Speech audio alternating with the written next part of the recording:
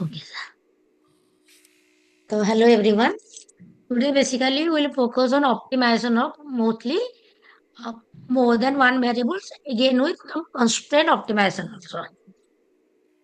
So, I think optimization is fast order. Optimization with single variable. Just remember the previous day some formula that is for maximization. The first order condition is put first order derivative 0. Then its second order should be less than 0. For minimization, according to the formula, you all know this. Then let's go to next slide. Okay, optimization. That is of two types. Optimization may occur with two variable as your independent variable, or optimization may occur with more than two variable as your independent variable. So what are the tools that we are using for two variable optimization? Either differentiation or partial derivative. There is no constraint here. For multivariable, when there is some constraint in there, that is we have to optimize something, but by some constraint. For that, we'll use Lagrange function and linear programming. Then, for example, in economics, we face this type of problem. That is, we have to maximize our profit. For the farm, if the farm is producing more than two outputs, then in that condition, it will be multivariable optimization. If similarly, cost minimization occurs with at least two variable, labor and capital, there is also multivariable optimization case. Or utility depends on many goods that you are consuming. So same is the case optimization similarly. So as we are doing partial derivative measure the rate of change with respect to one variable. That is how to measure. Suppose let z is a function that depends on two variable x and y. What partial derivative is doing? It is studying how the main dependent variable changes due to change in one independent variable, whereas keeping my all other independent variables constant.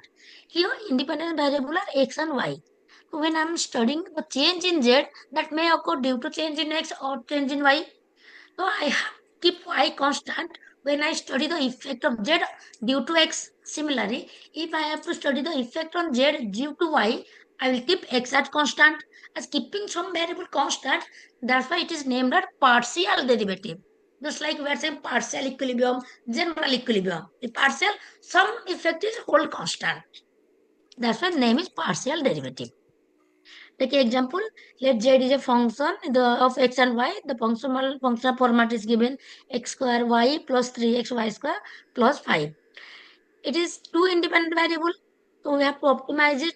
The first order condition is always put first order derivative equal to 0. But here, I can two types of first order derivative, that is change in z due to change in x and also change in z due to change in y. Here, I have to use the partial derivative. When I am writing d of z upon d of x, this is no partial derivative. That means there is only one independent variable. But whereas if I'm writing delta like the delta of z, that means something is kept constant. This is a symbol for partial derivative. Now, for optimization, we are putting always what the first order derivative equal to 0. What will happen to second order derivative? First of all, it depends how many second order derivative I will get if the function depends on two variable. So basically, we'll get 4. How second order derivative? One is first f of xx. It indicates first take the derivative with respect to x. Again, take the derivative, first order derivative again with respect to x. That's why it is f of x and x. F xx or del square f with respect to x square. Similarly, derivative, take first order derivative with respect to y. Again, take its derivative further with respect to y. It becomes del square f due to del y square. That 2 is common. Now they cross variables. That is f of xy, then f of yx. That means first differentiate the function with respect to x, got the derivative, further takes its derivative with respect to y. We'll get d square f upon del x del y. Similarly, f of yx. But remember, the cross partial derivative are equal. It is f of xy is always f of yx. So the order of derivative does not matter here. Then go to and the function. Where in the function there is two variable, that is x and y. So given the variable is first order conditions are mentioned. I hope that everyone can easily calculate the first order derivative, then go to second order derivative. In the second order derivative, first starts with f of xx. That means take the f of x, first this derivative f of x, then takes its derivative with respect to x further. That means take the derivative of 3x square plus 6xy with respect to x. What I will get? F of xx, that is equal to 6x plus 6y. Then go to fy. Takes its derivative with respect to y again.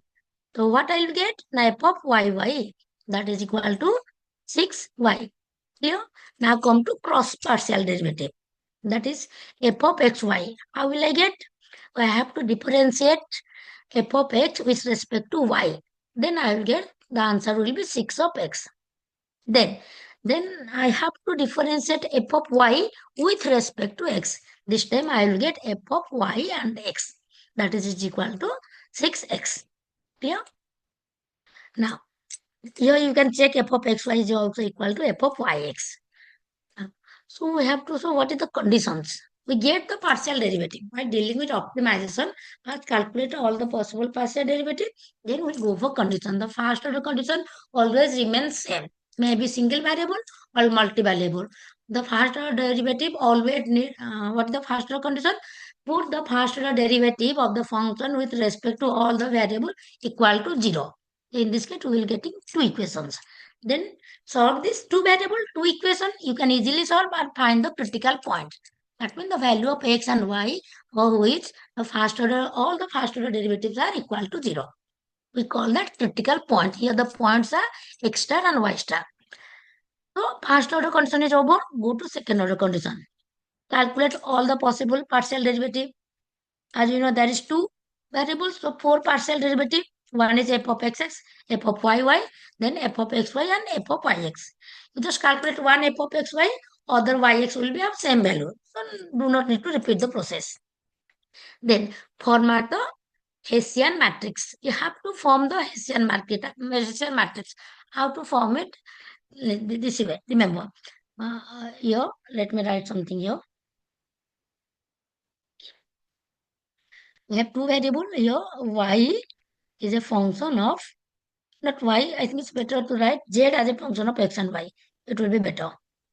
So I am writing this is z, which is a function of, we say what? Na, x and y. X and y. So for this, I have to form the Hessian matrix. How to form the Hessian matrix? Two variable, the Hessian matrix will be of 2 by 2 form. That means two rows and two columns. So form the matrix. Okay. This. Now, here, write it is here. Just think it in your mind. I am writing it so that you can understand why. Similarly, write it. It is x and it is y. So what comes here? Row is x, column is x. So here we write f of x and x. F of x and x. Clear? Now here, what I write here? The row is x, column is y. So what I write? Now f of x, y. Similarly, come here. What is this? Now the row is y, column is x. So I will write it f of y and x. Similarly here. In row there is y, in column there is y. So it should be f of yy. Clear? So I hope you remember how to form the Hessian matrix. It is two variable. Suppose z is a function of x, y and t. Then similarly put here x, here y, then here t. Similarly here x, here y, then here t. So this will be f of xx, f of xy. This is f of xt. Similarly f of yx, f of yy, f of yt. Here f of tx, f of ty, f of tt. Okay. Now, can I assume that everyone understood how to form the Hessian matrix? So that we'll go forward. Anyone please answer? Yes, ma'am. Yes, ma'am. Okay. So we form the Hessian matrix. Then for the condition, again we have to understand what is principal minor. There are many principal minor. Hessian matrix whose order is n by n. This should be square matrix. Hessian matrix is always a square matrix. So its order should be take n by n format in general. So it will have n number of minors. First minor will consist of only the element that exist at the first row and first column, that we call that H11. The element that is in first row, first column, so here it will be f of xx. Then what is the second minor? That is right is H2. It is equal to take all the submatrix that have first row and second row, then first column and second column. Here, this is first row, then first column, whole first row, whole small column, and this first, sorry, I'm so sorry, this is first row, second row. Similarly, first column, second column. So this whole become the second minor. That is H2. Hessian second minor H2. With three variable, it will be H3. So what will be? Now f of xx, f of yx, f of tx. Then f of xy, f of yy, f of ty. Again, f of xt, f of yt, f of tt. These three variable, three principal minors. But here in our example, there is two variable, so two principal minor. H11, it will give you a scalar value, only f of xx. But after that, the more, as increases the minor from 2, 3, 4 onwards, there will not get a single value. That is, rather, will get a determinant. So here we have to calculate the value of determinant. The determinant value of H2, you can calculate. It is just to calculate the determinant value, just cross multiply its diagonals. It is f of xx into f of yy minus f of xy into f of yx. As xy and yx are same, that's why it is written here f of xy rho square. So now this is how you will form your principal minors. Then you have to go and check the conditions. After forming the principal minor, what should be the condition for maximization and minimization? Remember for the what is the first order condition? Just put all the first order partial derivative of partial derivative at 0, then solve for the values of xy. Then come to second. If the H1, the first principal minor, it is negative for maximization. Remember the one derivative, one variable case. For maximization, it should be less than 1, less than 0. For minimization, it should be greater than 0.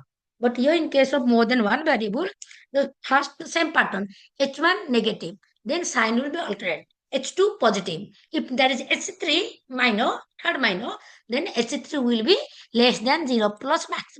This is for maximization. What is the second order condition for maximization?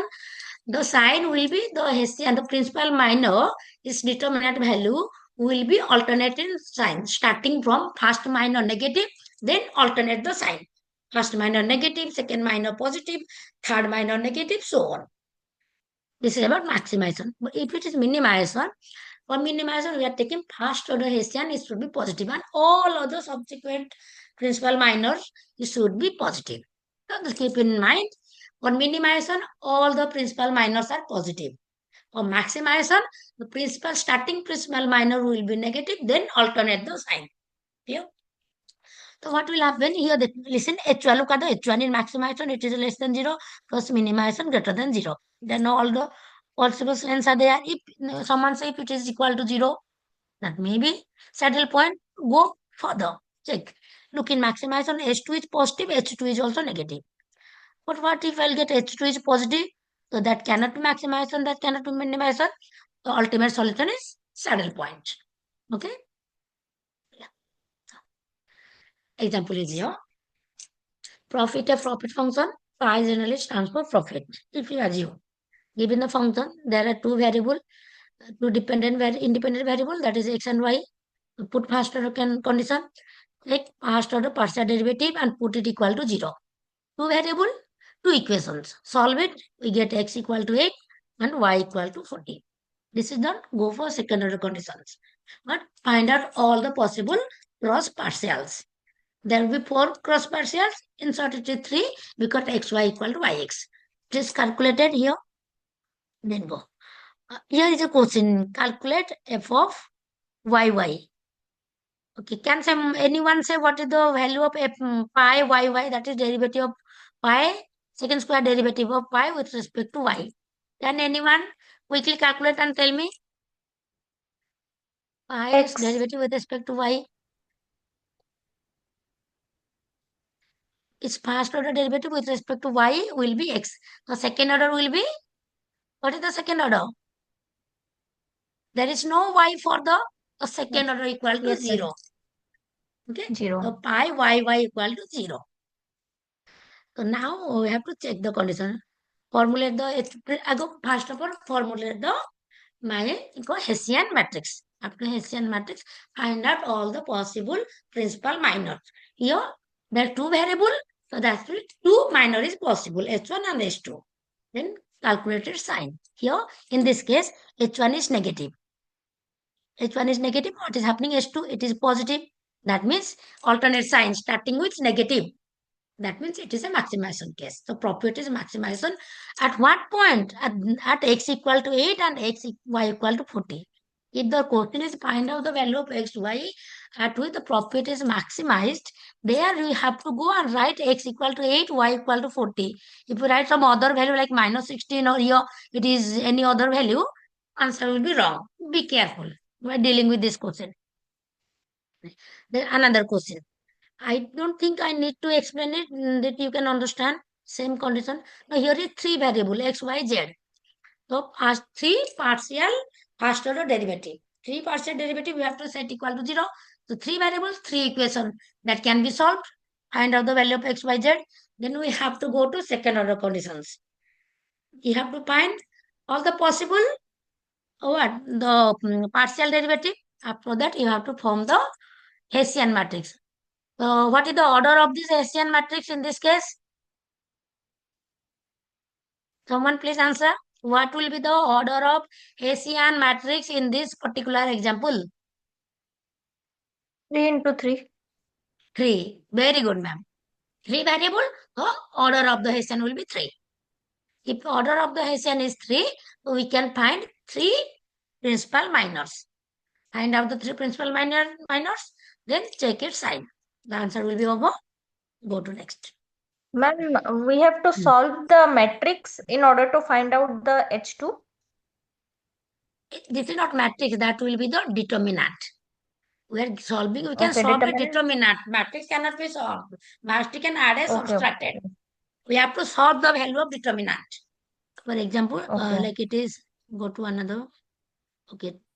Here, the H2 is the determinant value of H2, principal minor. We have to solve it. How to do the cross multiplication. F of xx, this is f of xx with f of xy. Cross multiplication of diagonals minus. Then other Yes, diagonal, ma'am. f of xy into f of yx. Then you will get a number. The sign of that number matters here, either positive or negative. Okay. Yes, ma'am. Okay. So this is done in generalized case. Suppose a function depends on n independent variable. So for first order condition, we'll have n number of first order derivative. So put all the first order derivative equal to 0. So I will have n equations. Your n variable, I can get the value of n variables here, solving the equations. Then go to second order. What is the size of my Hessian matrix?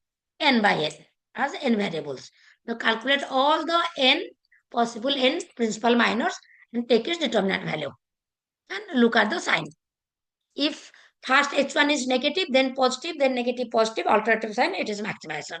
If all the determinant, principal minor determinant are positive, that was the minimization point.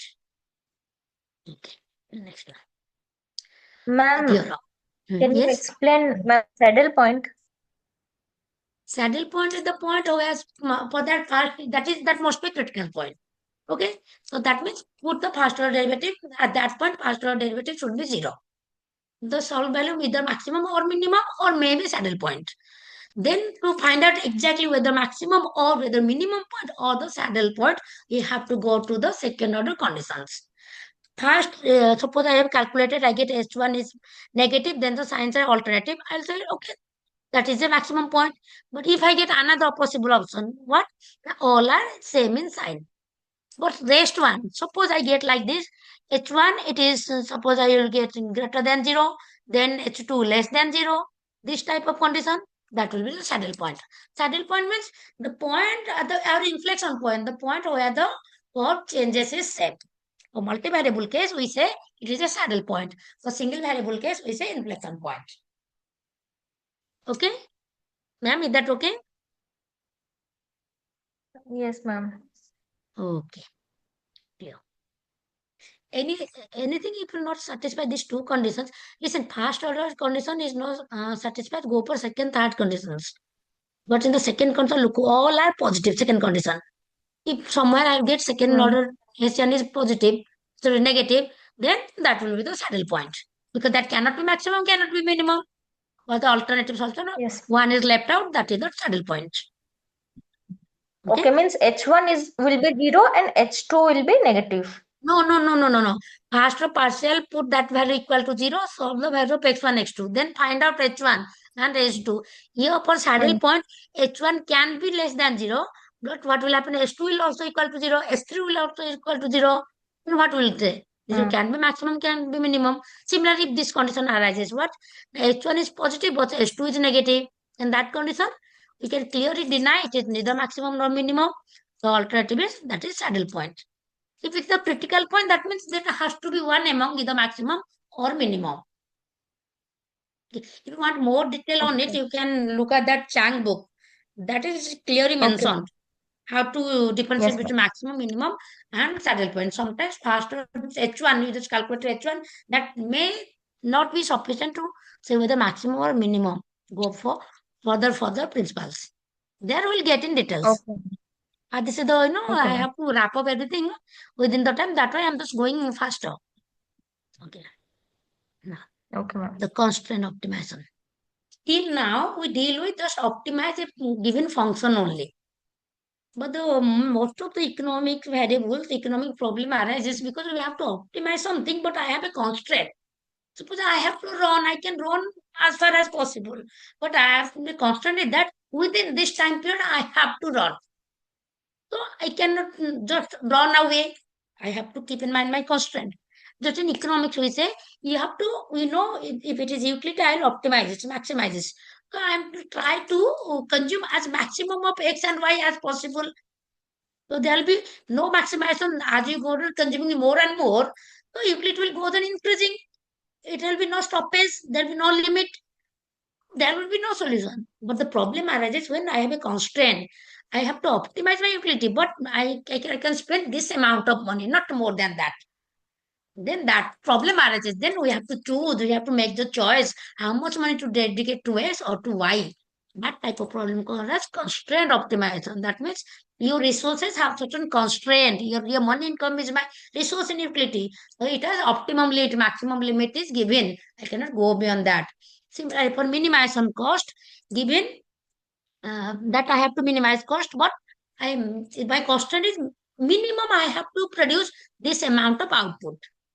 I can produce more, but minimum this output has to be produced. This is my constraint. Similarly, maximization output. You have to produce as maximum of maximum output possible, but my cost or expenditure is given. I cannot go beyond my expenditure. Such type of problem mainly in day-to-day life, we found this type of problem only. Any optimization without constraint, generally, that is not a problem because we have no constraint. In economics, we will not, generally will not face any problem without any constraint. All the economic problem arises because of this constraint. So the optimization with constraint is the real problem. So we have to study it in details. Okay. So this is, there is constant. We simply cannot go for the previous first or second order condition because while dealing with first or second order condition, I am not dealing with the constraint. I am dealing with objective function only. So what is the objective function? The function that I have to optimize, either maximize or minimize. That is be known as my objective function. And the restriction is the my constraint. Now, so what I have to do here, I have to use a method called as Lagrangian multiplier. What is Lagrangian multiplier? For that, first I have to combine the objective function with your constraint. To that the function that I'll get by combining my objective function with the constraint will be known as Lagrangian function. It is generally indicated by L. L for Lagrangian function. Here, in my first condition, suppose I have a objective condition and my constraint. Let in that condition there is two variable. But in Lagrangian function, there will be additional one variable that we call as Lagrange multiplier. Here, Lagrange multiplier in this slide is lambda. So what is lambda? The multiplier is the factor that combines the objective function with the constraint function. By combining that, I'll get my Lagrangian function. Now it is my actual function is I have to optimize this L. So for that, now apply the same condition, first order condition, second order condition of this Lagrangian function, not objective function. Okay. Your lambda is interpreted known as shadow price. Depending on your objective function and constraint, it has many names. Just like you remember, while maximizing utility, the name of lambda will be money value, marginal utility of money. Similar for other function, it will have its name. Okay, let's go to next. The first order condition, same condition again. But we have to take the derivative of Lagrangian function, the L.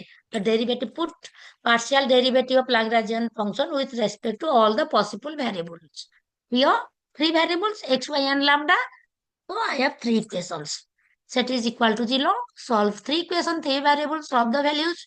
We'll get here in this case x star, y star, and lambda star. Clear? From the solving that, we'll get the value, that will be the maximize or minimize. Then we have to go for second order condition. The same border Hessian. Here, take the partial course partials of L.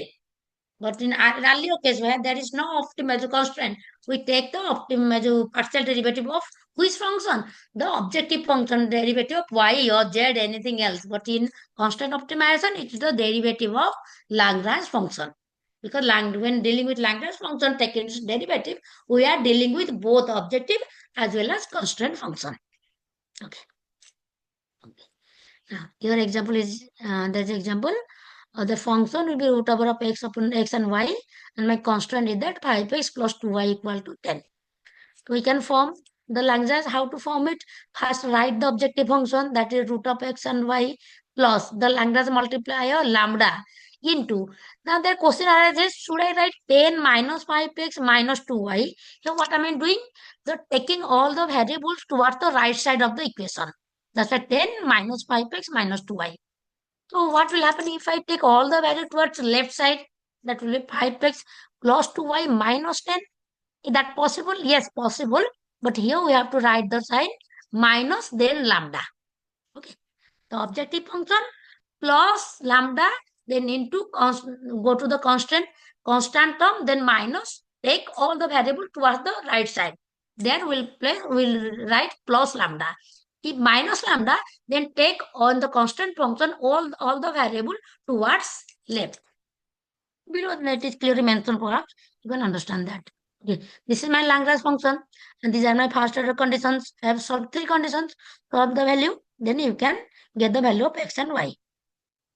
Okay. I'm not solving it. I'm just telling you. I'll solve one example. You will understand it. Okay. Now another example. It is our in economics. We say it is a cost minimization problem. Oh yeah, I have to minimize the cost, and my constant will be if cost is minimized, the constant should be output is given. The example, remember, minimize the cost. We will have isoquant lines, straight lines. Then given isoquant, given the isoquant means given the output that has to be produced. That diagram. Just keep it in the remember, recall that diagram. Isoquant lines and one isoquant. This is the problem here. Here, given that this is the minimization of cost C equal to price of capital into capital plus price of labor into labor. And the output is Q equal to root over of K and L. Given output equal to 2, that means what will be my constraint? Now output, that is root over of K into L, is equal to 2, because I cannot produce more than 2 output. Given my constant output equal to 2 mentioned here. The constraint is root over of KL is equal to 2. So what is my objective function? Given it is I have to minimize C, that is equal to PK into K plus PL into L, and the price of capital L is given. So substitute its value. The Lagrange function will be 4 times of K plus 2 times of L plus lambda into, within the bracket, 2 minus root over of KL. Here, if I have to write minus lambda, then I should write minus lambda within the bracket root of KL minus 2. Okay, accordingly, you can either write plus lambda or minus lambda, then according to write the bracket value. Okay, for Lagrange function is formed, then we apply FOC, first order condition. del L with respect to K, del L with respect to L. Well, two equations. In this condition, what I will do now, there is also another equation that will be del L with respect to lambda equal to 0, which ultimately gave me the constraint equation. In the first two equation, find out the value of lambda. In both, you get the lambda. So equate both the values. In equating the values, you will get a relationship between x and y. Now put the relation in the third equation, that is delta L upon delta lambda equal to 0. That is nothing but my constraint. Put the KL relation on that constraint. We can easily solve and find the value of K and L. So, should I try this exam here? This exercise example here? Or I left it up to you people? Okay, then I'm assuming you can do it, so I'm leaving it. Okay, madam. We will do Procedure. it later. Okay. Okay. First, we have to know the technique. If technique is not, then apply the technique in the question. Okay. Then homogeneity of degree k. Last class we have studied this homogeneous function was speedily. Here I'll try to slow down myself. A function is homogeneous or not, how to test it. Okay. First, given the function. The function is depends on x and y. In place of the independent variable x and y, I'll put tx, ty. That means my x variable is changes to tx. Suppose I have 4 labors, then I doubled it, it becomes 8 labors. In initial case, x equal to 4. In the new case, x equal to 4 into 2 equal to 8. So in place of 4, I'll put 8. Similarly, in earlier case, suppose y equal to 5. In new case, I'll double it, that is 2 into 5 equal to 10. How the first step should be, replace the value of x and y by tx and ty. Put that tx, ty on the function. Then try to take the value of t out of that function, so that t to the power something into the original function will be there. If you are able to do this, then only we say the equation is a homogeneous equation. If power of t, this is the power of t here, will be known as degree of homogeneity. Power is 1, 1 degree homogeneous. Power is 5, 5 degree homogeneous. Okay. Take example is here. F of xy is x square plus xy plus y square. So for a homogeneity test, replace x by tx and ty. So f of tx and ty is equal to what? In here, the equation is x square. So put it tx is square plus then x into y. So it should be written as plus tx into ty. Because in place of x, this is tx, and in place of y, writing ty. Then plus y square. So I have to write it here, ty, then it's square. Solve it, it will be t square x square plus there is 2t, one t is here, another t is here in the second term. So t into t become t square into this x into this y. Then plus t of y, then is square, that means t square y square. Here in the second line that we can easily see in every term that is t square. In this term, this is t square, here it is t square, again it is t square. So what will I take t square out? Then the bracketed will nothing. I will get the f of x. So now from f of tx and f of ty, I'll change it into the format that is t to the power something into the original function that is f of xy. So I will claim that this is a homogeneous function. Here doing so, I get the power of t as 2. So my degree is 2. Yeah. Similarly, in the second example, it's degree 3. It is our famous CD production function, Cobb-Douglas production function. The test is homogeneity. We find it, yes, it is a homogeneous function, and the order is alpha plus beta. Here the alpha plus beta will say whether the function is constant, increasing or diminishing return to scale. Remember, degree 1, constant returns. Degree more than 1, increasing return. Degree less than 1, decreasing return. What the constant return says, if all the t to the power 1. That means if capital is multiplied by t times, capital is increased by t times and labor is increased by t times, then my new output, that is q, tk, tl, my new output will be t into alpha plus beta, that is equal to 1. So t into q, original output. So if all the inputs are increased by given multiplier, then output will be multiplied in the same extent. The extent in the rate at which inputs are increased, output increased by same return, same extent. The same return is constant. Okay. Now, if the alpha plus beta equal to greater than 1, that means if labor and capital increase by t times, but output is increased by more than t times, t to the power 2, so definitely t square is greater than t.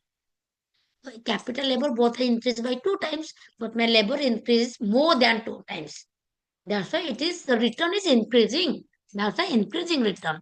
Similarly, t to the power less than 1 means the return is decreasing.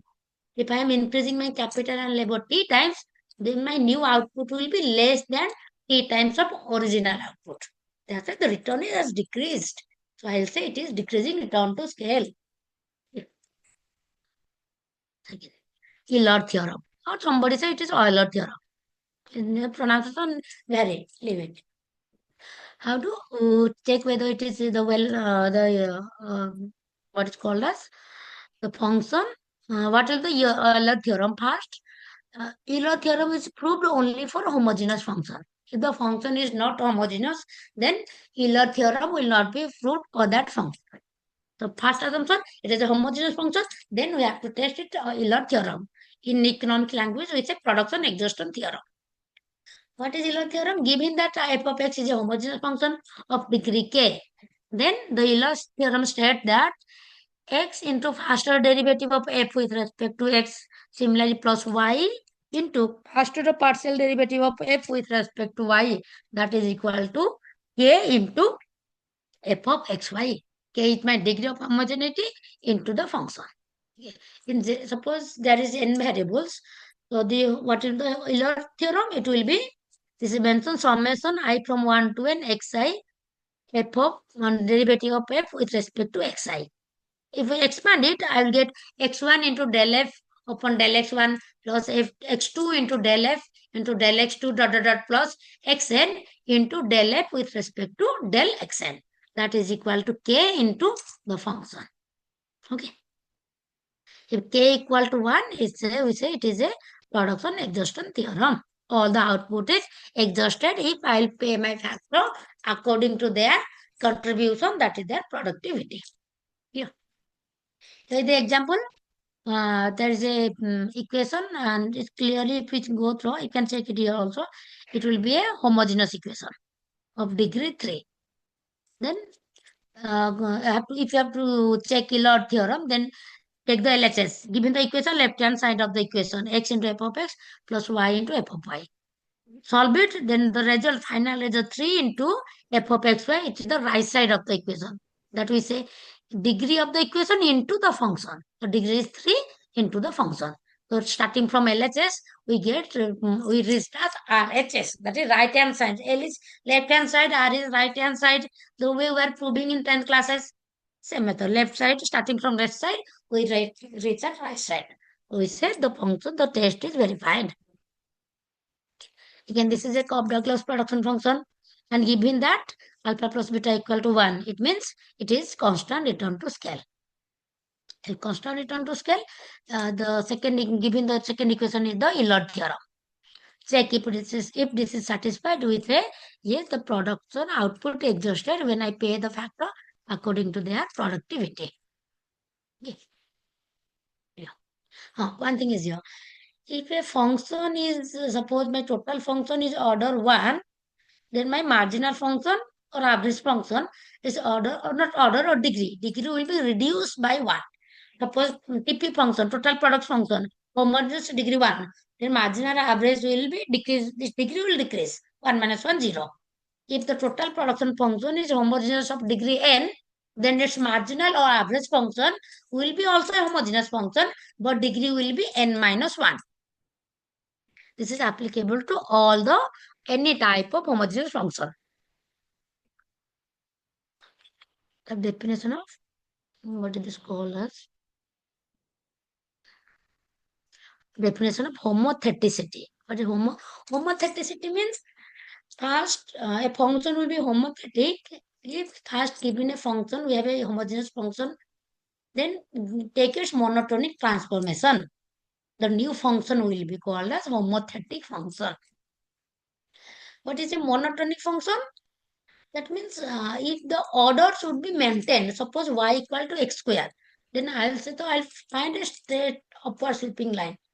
In this condition, if I write y is x square, then I'll make y dash will be x square plus 2. Then I will have the same upward sloping curve, just slight upward by 2 units. The way y is equal to x square is moving, in the same way y equal to x square plus 2 is moving. The direction is maintained. That's why this is monotonically increasing function. Is the function monotonic? That's why we say the monotonic transformation of a homogeneous function will give you a new function which will be known as homothetic function. But remember, all homogeneous function will be homothetic function. Why? Given my homogeneous function, I'm just adding 0. Adding 0 is also a monotonic transformation. And so in that condition, ultimately I'll deal with the same function. So that's the whole homogeneous function will be homothetic. But reverse may be, may not be true. Sometimes true and sometimes not true. So remember that the homothetic function is a large function. The homogeneous function is a small function in that group. Okay.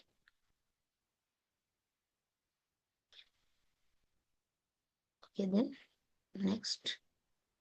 Okay, here it is given u of xy equal to ln x plus ln y. You have to check whether this is homothetic function or not. It's given the function u of xy, that is ln x plus ln y. That will be, it is a formula applied here. That is ln a into log of a into b. Then I will take the log value of the product a into b. That will be same as take the log value separately. That is log a and log b. Then add them. And this should be like this. This is a property of logarithm. The property says here. Huh? Yeah. Yeah, yeah. Log of, sometimes somebody say it is log or someone like ln. Both are same thing. Log of, suppose a into b. So I have to find out log of a into b. It will be same as take the log of the variable separately. That is log a. Then other, that is will be log b. Log b. Then add it. Yeah. Log a into b equal to log a plus log b. So here log x plus log y, that means log, then multiply the variables x into y. Clear? So here uxy is a function of xy here. This ln xy is a function. The functional format is, the rule is taking the logarithm of the product of the variable. But we know log is always a monotonic function. If log is a monotonic function, it is a monotonic transformation of x and y. The log of xy, we say, is the monotonic transformation of the function that is equal to x into y. Function, original function is xy. I take its log value. The new function will be monotonic function. It is clear that this function lx u of xy, that is ln x plus ln y, is the monotonic transformation of the function x into y. Okay. Now, again, we have to check whether the x into y, the function, is homogeneous or not. So in place of x, we write tx. In place of y, we write ty. So this will be tx into ty, t square into xy. So now t square, this xy is nothing our function. Function in x and y. Here. So we find out that xy is a homogeneous function of degree 2, then its logarithm value will be monotonic transformation. So ultimately this uxy, which is nothing but monotonic transformation of xy. So it is a homothetic function. Yeah. But look, the final, the homothetic function, ln x plus ln y, it cannot be a homogeneous function. Because in place of xy, if I write tx ty, then it will be ln tx plus ln ty. Now, t cannot be taken out of ln here. Hence, it cannot be a homogeneous function. Okay? Clear.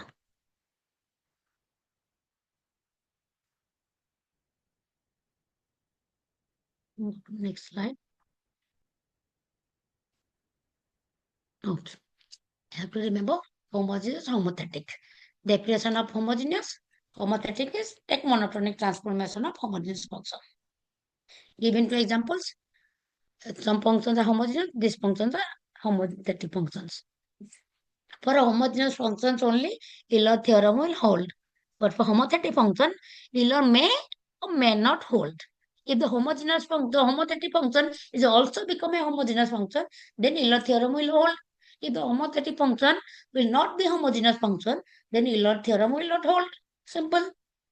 The degree is well defined, but in homothetic function, there is no concept of degree. And last one is the most important property. All the homogeneous are homothetic, but reverse is not true. That's why it's a homogeneous is a subset of homothetic. Okay. Then some examples are here. A company markets two products with fixed prices 120. The price of the product will be given. The quantity are X, Y. Okay, minimize it. With cost, given the cost function, X equal to X square plus XY plus Y square. So find the production level of XY that will maximize profit. That means here I have to find out the value of X and Y that will maximum my profit. I have to maximize my profit. So for that I have to set my profit function. What is profit pi? And that is equal to profit is equal to total revenue minus total cost. This pi equal to it should be total revenue equal to total plus total cost. Now the question here arises, suppose what will be my total revenue? Clear? How I'll get my revenue? The price into quantity of X, quantity of the output I sold here. Here, he said that a company markets two products with fixed price. That means I have two products. Its quantity is X and Y. And price of X is 120 and Y is also 120. Price of both X and Y are 120. Why? Because this statement says that this statement says two products with fixed prices. Then two products are fixed price. That's why I write price of X equal to 120 and price of Y is also equal to 120. And given I am selling X quantity of the good and Y quantity of the good, so my revenue will be price into quantity. That is price of X into X plus price of Y into Y. The price of X is equal to 120 into X plus price of Y is equal to 120 into quantity is Y. This is my 120X plus 120Y will be my total revenue. This part. This is my nothing but this is my total revenue. Total revenue. Why? This is price of X into X plus price of Y into Y. This is my total revenue. The price of X is 120, price of Y is 120. Revenue. Then minus total cost. This is a cost function given here. C of XY equal to this. Now I have to differ. I get the function, then go and apply the first order conditions, then my second order conditions. How many variable here? Two variable. So how many cross first order derivative I will get? Two variable. That is derivative of profit with respect to X. Set is equal to 0. Then find out derivative of profit with respect to Y. The equation, put it equal to 0. Solve for XY. We get X equal to 40 and Y is also equal to 40. Then I go and find out all the possible second order partial derivative. That is derivative of pi with respect to X. Again, its derivative. That is pi square X square. Pi XX we said. Second order derivative written as we have to find out pi. Oh, sorry. Have to find out pi XX. That means derivative of pi with respect to X. Further its derivative with respect to X. Then second one pi YY. Derivative of pi with respect to Y. Again, its derivative with respect to Y. Then pi is derivative with respect to X. Then with respect to Y. Here pi XY will be same as pi YX. YX. Yeah. There are four variables. So form the Hessian. Then we find out the signs of its principal minors. Your first principal minor is negative, second is positive. First starting with negative, then alternate sign means maximization. So the profit is maximized where X equal to 40 and Y equal to 40. That means the company will maximize its profit if it produces or sells 40 quantity of commodity X and 40 quantity of commodity Y. This is done. Ma'am, Yes. fxx or the second order derivative of x with respect to x are the same things or the different one? F of X imply first we get F of X. Okay. Then Yes. take the derivative of this f of x with respect to Respect x to again. x. And which means, I mean that is the second order derivatives of the function with respect to x. Yes. Okay, correct. Thank you, So we madam. write it. So we write it in this format. Suppose given, we say here. I'm writing it here. First, I take pi is my the function, profit function. Pi x is first order derivative. Then differentiate it with respect to x again. So it will be known as pi x x. Okay. Yes. So second order derivative of first order derivative. So not only just we have to taking the derivative of pi. First time, first order derivative. Get the answer? With pi x, I'm calling it pi x. Then again I'll go take its derivative. In this example, this is my pi x is this. Okay. This is pi x. This is pi x. So what is the value of pi x x? That means this is my pi x is here. Take its derivative, the x derivative of this function with respect to x. That is equal to 0 minus 2 minus 0. That will equal to minus 2. Okay, sir? Yes, yes, madam. Okay.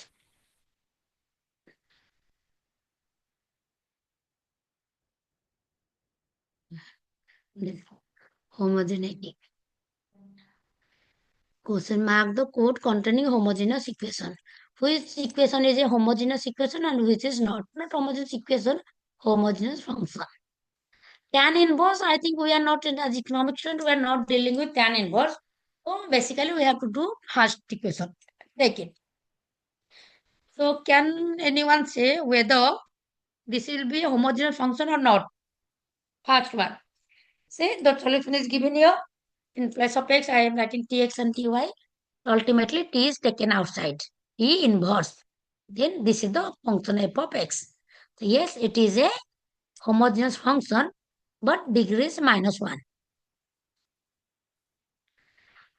Similarly, then for second and three, we have to understand what is tan inverse. We are not dealing with this, so I'm skipping it. Generally, mathematician or other technical students are dealing with tan or inverse values. Then polynomials. What is a polynomial? Check maxima, minima. So we can check as we study the first order condition and second order condition. So we leave it.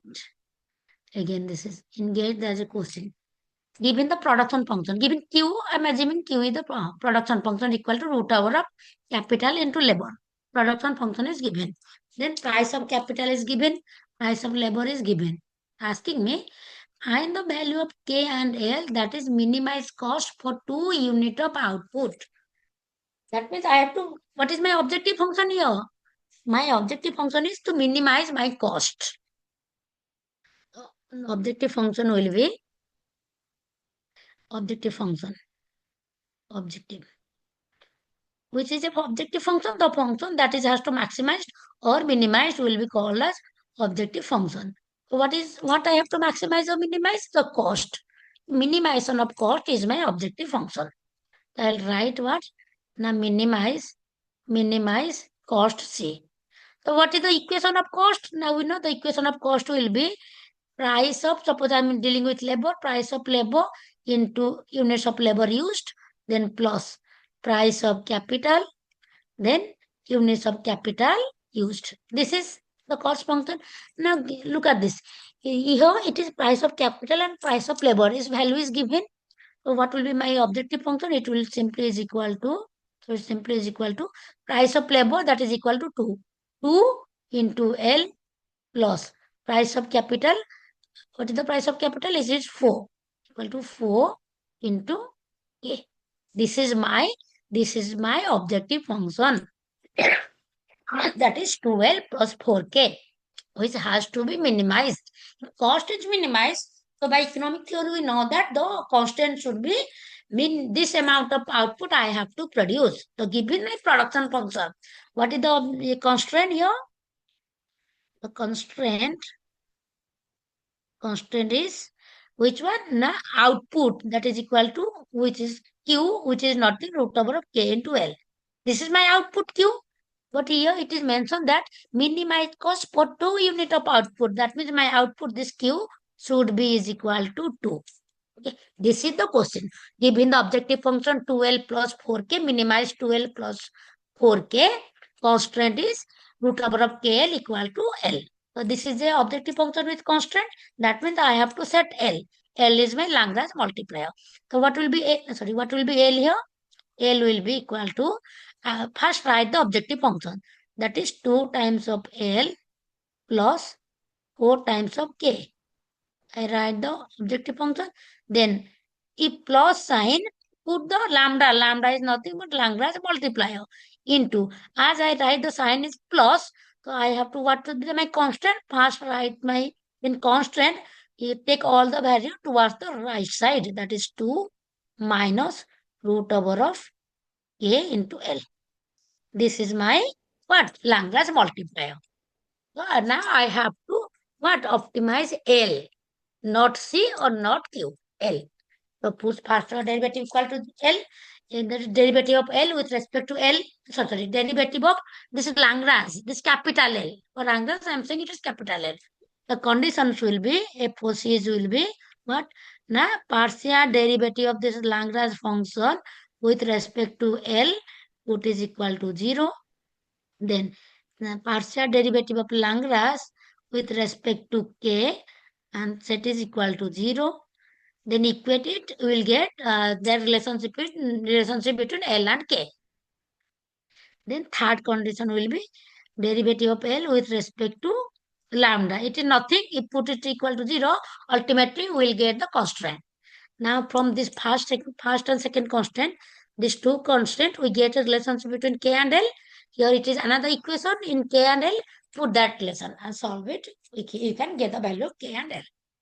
Okay, here K is root 2, L is 2 root 2. Remember, actually it is easy to solve the optimization problem. The main technicality arises how to find out the objective function and the constant function. Sometimes it's given in the writings and statements, we have to construct the minimization objective function and constraint the, we have to find out the constraint function. Then only you can solve it. So while doing find out in the objective and constraint functions, be careful. Just study the questions easily. You can understand what is given, how the equation should be written. Okay, this is done. Next, formula, key formula, remember how to find out partial derivative, first order partial derivative, second order partial derivative, then Hessian matrix to determine then minor, what are principal minor, what are the signs of principal minors for maximization and minimization, what is a Lagrangian function, what is homogeneous function, what is homothetic function. Just remember, just keep all the formula in your mind. Then you can easily solve the questions. But dealing the optimization problem, just be attentive. Slide, any change in any particular value, ultimately your result will be, you will not able to solve the equations. It will unnecessarily waste your time. Just be patient or nothing else. I think this much. All that, is this okay?